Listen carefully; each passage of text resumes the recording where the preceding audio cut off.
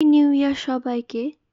বাড়িতে যখন মাছের প্রিপারেশনগুলো খেয়ে একঘেয়েমি লাগে, চলো আজ একটা নতুন কিছু বানাই।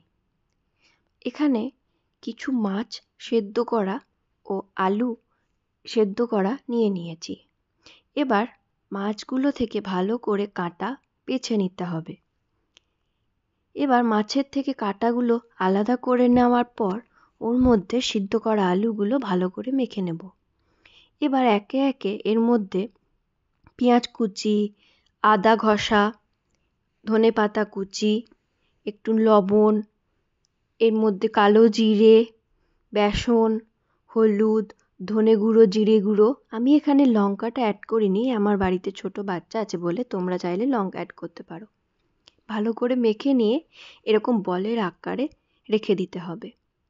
এবার বিস্কুটের গুঁড়োর মধ্যে বলগুলো ভালো করে ডুবিয়ে ডুবো তেলে ভেজে নিলেই রেডি ফিশ বল।